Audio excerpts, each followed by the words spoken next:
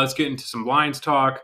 Not a whole lot has been happening with them recently. We're really just gearing up for the draft, which is in a couple weeks. So we would like to take this time to discuss our expectations for this team this upcoming season. While they might be low in the 10,000 feet view as terms of record and whatnot, there are certain tangible results. There are some things that we would like to see that we believe is possible. Do you want to start? You want me to start? Sure, I'll start since you got to start the last topic. You go right ahead. I think a big one for the majority of Lions fans is number one, first and foremost, let's take stock and see what we have with Jared Goff. Yeah. Let's see if, and I know everyone likes to talk about the quarterbacks in the NFL. They're not the only part of the team. Yeah. It's my favorite position personally, but I mean, it's easily the most important.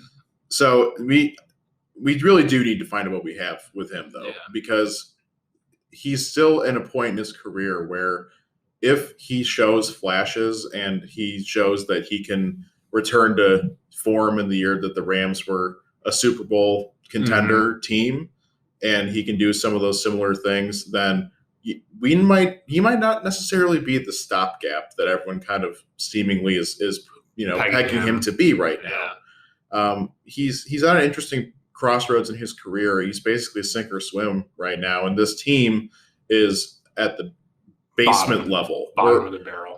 We are scrapping everything and restarting here, and we're just going to start building this thing from the ground up. And he's going to need to show some things for us to seriously consider him being our option for more than just a year or two. Yeah, and it's going to be a pretty big uphill battle for him, I think, because he's got Hawk, he's got Swift, good running back, decent line, but not a whole lot at when they get Penei Sewell, it'll be an elite line. Yeah, but it's very, very uncertain. But I totally agree. That's going to be the number one thing talked about with Lions fans this year is Jared Goff. And it's hard for him to, not only because we're a bad team, then he's got limited weapons, and it's a new system. It's going to be hard for him too because, oh, by the way, the guy that we just traded out of town and you're replacing is the best quarterback that we've ever had in the history of our franchise. It's and he's a fan favorite. Yeah, it's going to be tough for him to, be as good as Stafford was. It's going to be borderline impossible. He's going to be under the microscope all year 100%. Long. Every single win or loss he's going to be a huge, factor in it. I'm giving it 2 weeks until 97.1 starts crucifying him and saying that he needs to get out of town. I'm going to be pretty easy to please with this. I'm very understanding that this team is where they are, and you can't expect him to go out there and have like a 30 touchdown and like 5 interception season. Like that's just like that's a guy who's got like a fully, it's like a Baker Mayfield kind of team. Like he's got weapons. He's ready to go now. Like if Jared Goff goes out there and gets 15 touchdowns to 10 interceptions, I consider that a good enough year. And 15, really? Yeah. That's super low. This team is not going to be good. I mean, Cam Newton had 5 passing touchdowns last year. Cam Newton. That guy, his arm is broken. He had those stats. He can't throw, and yet he got a new contract from Bill Belichick. So that's bottom of the barrel. If Goff can just keep his head above water, look like he's not drowning all the time, and keep this team competitive in games, maybe not necessarily win a ton of games, but just look competent, like he can be a good leader on the offense, and he flashes and he shows things that you can see, okay, yeah, he's got this, and if he has more weapons, if he has more time to develop, maybe there is something there. That's all I want to see. That's for me, that's all I need to see with him this year to say, okay, we can go another year, maybe 2 with him. And he's expensive, so we got to figure this out pretty quick. And frankly, I'm not super optimistic on it. I think he's probably going to be a stopgap, but optimistically, this is what I would like to see happen with him. Optimistically, I'm looking for 25-12 and about 3,500 passing yards. Okay. Which I think is extremely reasonable given today's circumstances in the NFL, where it's a passing first league. Yeah, we need to add another weapon or two for him, whether it's another tight end, whether it's another receiver in the draft. Like, he needs to have something else because right now he's got pretty much a bare bones crew to work with. Running game's good, the offensive line's good, receivers not good, very bad. What's one of your first expectations this year? Speaking of targets, I am dying to see TJ Hockenson take the next leap into a elite tight end. I think that he has all the tangibles. I think that Dan Campbell is going to know how to use him in the right spaces at the right times. And I think, Goff's career, he really hasn't been a tight end passer. Right. He's always had good wide receivers in LA, and he's always had, not sensational tight ends in LA. Yeah, I'm trying to think about guys he's had. He's had like Tyler Higbee and like Gerald Everett, a couple of those kind of guys. Really, I think that those were the two. So Hawk is better than both those guys. Oh, no doubt. And I think that he could be right up there with George Kittle and Travis Kelce. I really do. And I think that's where I'm going to expect him to be this season.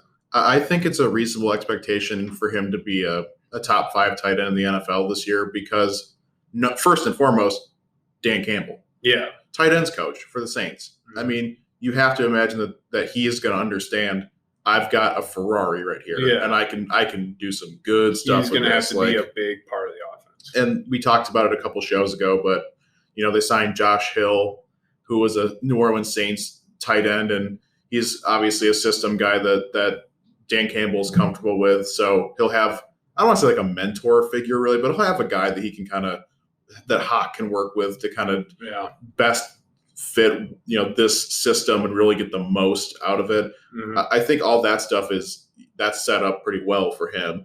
The question is, can the quarterback feed him the ball enough to make him a top 5 tight end? And vice versa. If Hawk is a top 5 tight end, you got to assume Goff is doing all right. Like he can't be doing terrible if Hawk is in the top 5 tight ends wise. Yeah, it's questionable because George Kittle has sensational seasons and he's got dog doo-doo thrown to him. All right, that's fair. That's fair. Yeah. It's year 3 though for Hawk. He took a big step last year, and I think he really opens people's eyes. And we can argue all day about if he was worth number 7 in that draft, which who knows. But he made some developments, and now that he's got this offense that could be tailored to him pretty well, I kind of with you. I could see this just getting better and better and him developing further. Yeah. What do you got next? Okay, so next one I've got kind of staying on the offensive side of the ball here. I want to see DeAndre Swift develop similarly to how Hawk did last year. He kind of took a step. Swift last year, he flashed in a couple games, and he looked like a true number 1 explosive back. Yeah, he was great in the passing game. He was minus that 1 drop ball. Well, okay, yeah, minus that 1 in the Bears game. His first career game, we'll give him a pass. No, but as the year went on, he developed quite nicely, and he kind of looked like a real mainstay of this offense, despite who's throwing the ball. And now with Deuce Staley coming in as the running backs coach from the Eagles, similarly to again Hockenson, he's seemingly got someone around him that can continue to make him better, get the most out of him. He's kind of got a committee backfield there with Jamal Williams. That's what's going to hinder him. But you know what? The thing is that if you give DeAndre Swift the ball 2 times and you give Kerryon or Jamal Williams the ball the other 1 time, maybe that's a good way to play it so you don't gas this dude out, right? Yeah. And I think he's going to be the focal point of that running game because he does appear to be the real deal from what we saw last year on a really bad Lions team. Yeah. So with competent coaching, hopefully we can see a little bit more from him. And he's going to have to do a lot of work in this offense because, as we said, there's not really a lot else besides him and Hawk. He's going to have to be good if we're expecting to score points and win any games next year. We can't put it all on Jared Goff. We can't put anything on this defense. We can expect anything. They're basically a rec league defense at this point. So he's going to have to carry this offense for quite a bit. And, really his success also will have a lot to do with Goff's success. because Goff cannot be Stafford in the way that Stafford had never had a running game, but would always still continue to find ways to succeed at his position. I don't think Goff's going to be able to do that. Well, what's interesting about Jared Goff, his height, like the heights of his career thus far, have been the teams where the Rams had Gurley. Yeah. And Gurley was a top 5 NFL running back, and he was doing explosive things. So and he relied on the play action. So that was a lot of what Goff's offense was. It's a big reason as to why when the draft comes around and we're sitting there and potentially we got like a Rashawn Slater sitting there, I am firmly in the camp that I want this team, their identity this season, like right now, we can be an elite offensive line in the NFL. We're one like really good lineman away from being a top offensive line in the league. And Goff and Swift are both going to need that if we're going to have any semblance of success because, like I said, Goff needs that play action. He needs that running game. He needs protection. That's the only way you're going to get anything out of him. And to give him a legit shot, I think taking an offensive lineman in the draft is probably a better fit for him than taking a wide receiver who you can just throw the ball to. He does need that, but I think the other is more important. Yeah, I would agree. My next expectation, please, for the love of start getting some pressure on the quarterback. You guys need to start sending blitzes and need to start pressuring that quarterback because we've seen it time and time again, especially during that Quintricia era. If you could literally give me all day to throw, I'll find a wide receiver that's open and I'll complete a pass because at the end of the day, our secondary isn't that great. But if you're going to give the quarterback 8 seconds to find somebody, he's going to find somebody. They're going to pick up yardage. You can't give the quarterback that much time. And they just don't have the tools on the defensive line to generate pressure by just sending those 4 or those 3. They just don't have it. I love the addition of Michael Brockers. I think that he'll be disruptive, but they never sent blitzes with Patricia, which never made any sense. But hopefully with this new regime, they'll be able to start getting pressure on that quarterback.